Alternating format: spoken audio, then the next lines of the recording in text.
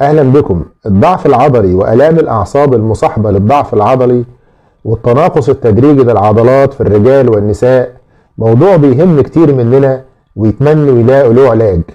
هنتكلم اليوم عن أسباب ضعف العضلات وإيه أفضل الطرق للعلاج، فابقوا معنا.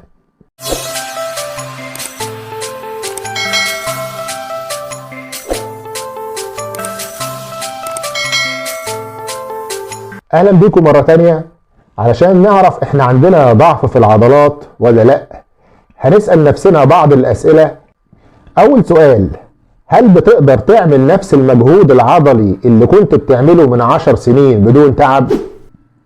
تاني سؤال: انت بقيت تتعب قوي لما تطلع السلم لمسافة بسيطة حوالي 10 أو 20 سلمة مثلا؟ تالت سؤال: قوة قبضة ايدك اخبارها ايه؟ لسه بتقدر تفتح بيها الزجاجات ولا بتلاقي صعوبة ولا مش بتقدر خالص؟ نصف قطر عضلة الفخذ عندك اخباره ايه؟ زي ما هو ولا قل؟ سرعتك في المشي زي ما هي ولا قلت؟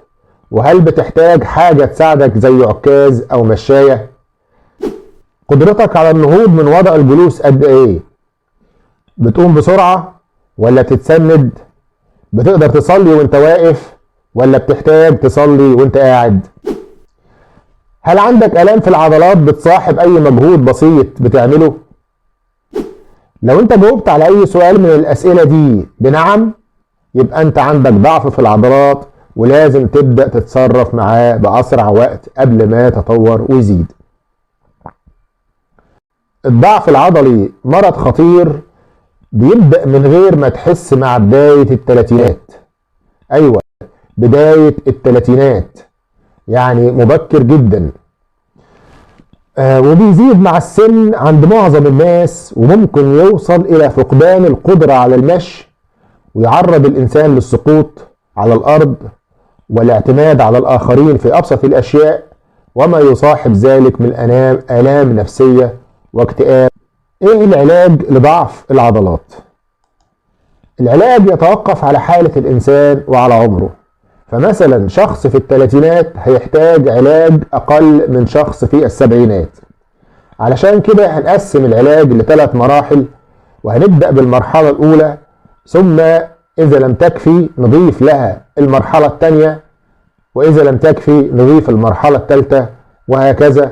وده بيعتمد على حالة المريض وعلى السن بتاعه وعلى مدى تدهور العضلات بتاعته.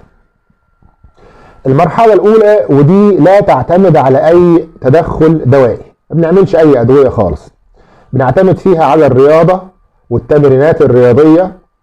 فمجموعة من التمارين، نوع التمارين كلها زي التمارين الهوائية، تدريب الهوائية اللي هي الإيروبكس، وتمارين المقاومة اللي هي ريزيستنت تريننج اللي بيشيل فيها الشخص الأوزان ويبدأ يبني عضلاته ويكون عضلاته على حسب قدرته الصحية وعلى حسب قدرة تحمله. بس يفضل أن يكون في من 3 ل 4 جلسات تمرين أسبوعيا على الأقل لتحقيق فوائد نمو العضلات. أقل حاجة ممكن يعملها الإنسان من التدريب هي المشي، لأن المشي لقوه بيقدر ان هو يسيطر على موضوع ضعف العضلات ويقلله، وممكن يحسن من الأداء العضلي وقوة العضلات. ده بالنسبة للمرحلة الأولى اللي هي ممكن لا يتدخل فيها الإنسان بأدوية، ودي بتنفع مع لما تكون موضوع ضعف العضلات ده في بدايته أو في سن مبكر، يعني زي في أوائل الثلاثينات أواسط الثلاثينات وخلافه. المرحلة الثانية بقى بنضيف فيها بعض المكملات الغذائية والفيتامينات اللي بتحسن أداء العضلي وبتقوي العضلات. أول واحد من الفيتامينات دي فيتامين دي، فيتامين د، فيتامين دي 3. فيتامين د يعني محتاج مننا حلقة لوحدها عشان نتكلم عن فوائده، وفوائده بالنسبة للعضلات دي إحدى الفوائد فقط، لكن له فوائد كتيرة جدا. تاني حاجة الأوميجا 3، زيت الأوميجا 3، وده بيتباع في صورة كبسولات، وده بيتاخد علشان تقوية العضلات. تالت حاجة الكارنيتين والأسيتايل كارنيتين، ودول اتكلمنا عنهم في حلقة مخصوصة، هبحط لكم اللينك بتاعتها في الديسكريبشن. رابع حاجة الرويال جيلي. الرويال جيلي اللي هو غذاء ملكات النحل، طبعا معروف ان له فوائد كتيرة لا تعد ولا تحصى، من اهمها ان هو بيزود نمو العضلات. فهو بيشتغل بطرق كتيرة جدا، يعني هنجملها بسرعة لان ده محتاج يعني اكتر من حلقة كمان للكلام عنه. وبيقلل الاكسدة الضارة داخل العضلات، وبينشط دخول الجلوكوز والتغذية بتاع العضلات، وبينشط البروتين سينسز اللي هو بناء البروتينات داخل العضلات. تمام، يعني وبيحمي العضلات وحاجات كتير قوي، يعني عاوزه تفصيل كتير. ويعني بيفضل كمان ان هو يتاخد مع الجينسينج، وفي مكملات غذائيه كتير وفيتامينات موجوده في الصيدليات بتجمع بين الاثنين مع بعض فيتامينات اخرى مفيده للجسم اللي هي الرويال جيلي مع الجينسينج. ده بالنسبه للمرحله الثانيه، وده برضو لما بيكون الحالة يعني بنقدر نقول عليها مايلد. لكن في المرحلة الثالثة بقى، ودي المرحلة الأخطر والمرحلة الأشد، واللي بنستخدمها لما بيكون تدهور عضلي كبير أو السن بتاع المريض كبير، وديت يعني يفضل إنك أنت تستشير الدكتور والطبيب المعالج ومتخصص قبل ما تبدأ في علاج منها. المرحلة الثالثة دي بنستخدم علاج تعويضي، وفيها بنعوض هرمونات نقصت في الجسم. لأن لو إن حجم العضلات بتاع الإنسان بيقل بنسبة 1% كل سنة من بداية سن الثلاثينات، والهرمونات اللي هنقولها دي لقوها تقريبا بتقل بنفس النسبة دي أو أكتر سنويا. في ارتباط كبير جدا بينها وبين كتلة العضلات وقوة العضلات في جسم الإنسان.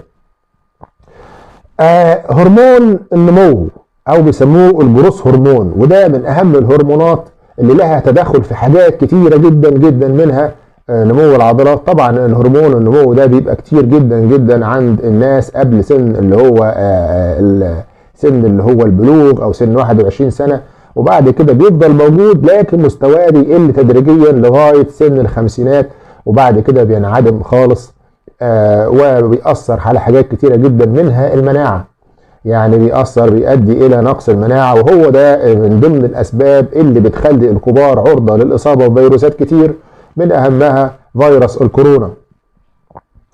هرمون تاني اسمه الدهية أو DHEA، ناس طبعا العرب بيقولوا عليه الدهية. هرمون ده مهم جدا الجسم بينتجه، وده برضو بيقل بنفس النسبة دي مع الزمن. عند الرجال في هرمون التستوستيرون، وفي هرمون عند الستات اللي هو الاستروجين والبروجسترون، دول برضو بيقلوا مع السن. نبدأ بهرمون التستوستيرون.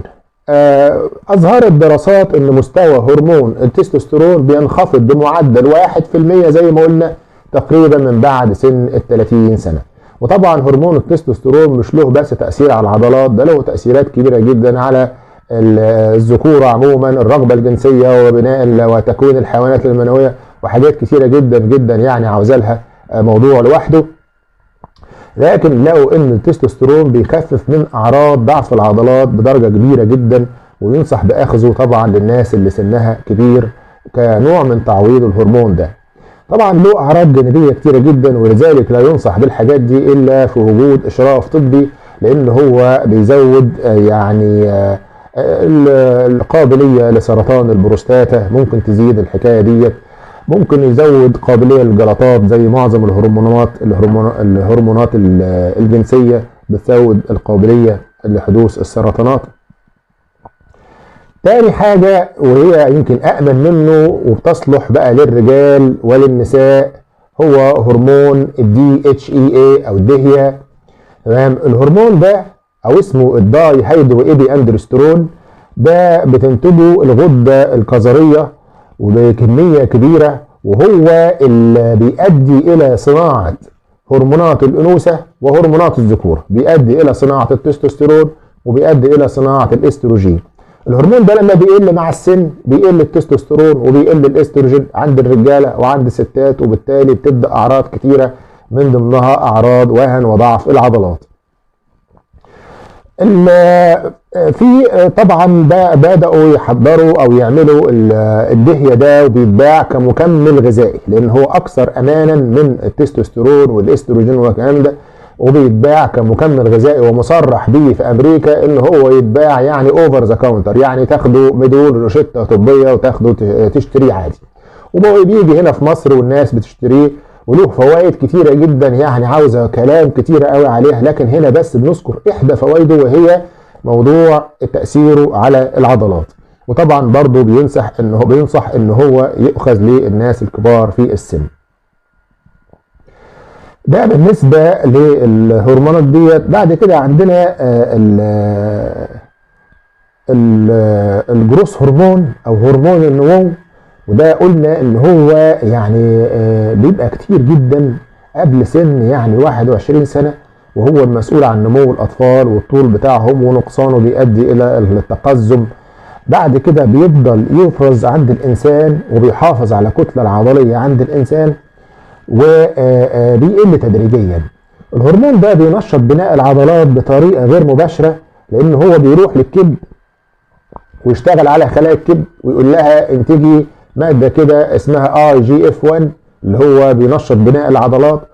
وكلما كثر الجروس هرمون كلما كثرت الماده دي، وبالتالي بيكبر العضلات وينشط العضلات ويعالج آلام العضلات واوجاع العضلات. ولكن طبعا برضه لا ينصح باستخدام الجروس هرمون الا تحت اشراف طبي وفي حالات يعني متاخره او سن كبير، علشان الحاجات ديت لها اعراض جانبيه ولها تاثيرات جانبيه، من ضمنها ان هو بيعمل او بيزود تسدي عند الرجال، بيزود القابليه لحدوث بعض السرطانات زي سرطانات البروستاتا اذا اخذ لفتره طويله وباستمرار. لاعبي كمال الاجسام، الجماعه اللي هم بياخدوا عشان البودي بيلدينج ويبقى يعني عنده عضلات قويه وضخمه جدا، طبعا دول ما عندهمش ضعف عضلات، ولكن هم بيخشوا منافسات مطلوب فيها حجم عضلي يعني خرافي. اللاعبين دول يعني بياخدوا دايما كومباينيشن كده بين الجروس هرمون والتستوستيرون. والجروس هرمون هو صحيح ممنوع في الرياضه، ولكن يعني صعب اللي هو انه يكتشف يعني، فعشان كده هم بيقبلوا عليه بدرجه كبيره جدا لزياده النمو العضلي. فانت لو عاوز تشوف يعني تاثيره، يعني بص على الناس دي طبعا بياخدوه بطريقه يعني خاطئه وبطريقه زياده وليس له حاجه، ويعني عمليه يعني لا ينصح بها خالص، لان دي الحاجات دي خلقت لكي تكون دواء للانسان وليس ماده للناس انها تتكسب من وراها او تعمل بها عضلات وشكل وخلافه. يعني ليس هذا امر مرغوب فيه، ولم تخلق هذه الاشياء لهذا الغرض. ده بالنسبه لضعف العضلات والام العضلات المصاحبه للسن. ودمتم بصحه جيده، والسلام عليكم ورحمه الله وبركاته.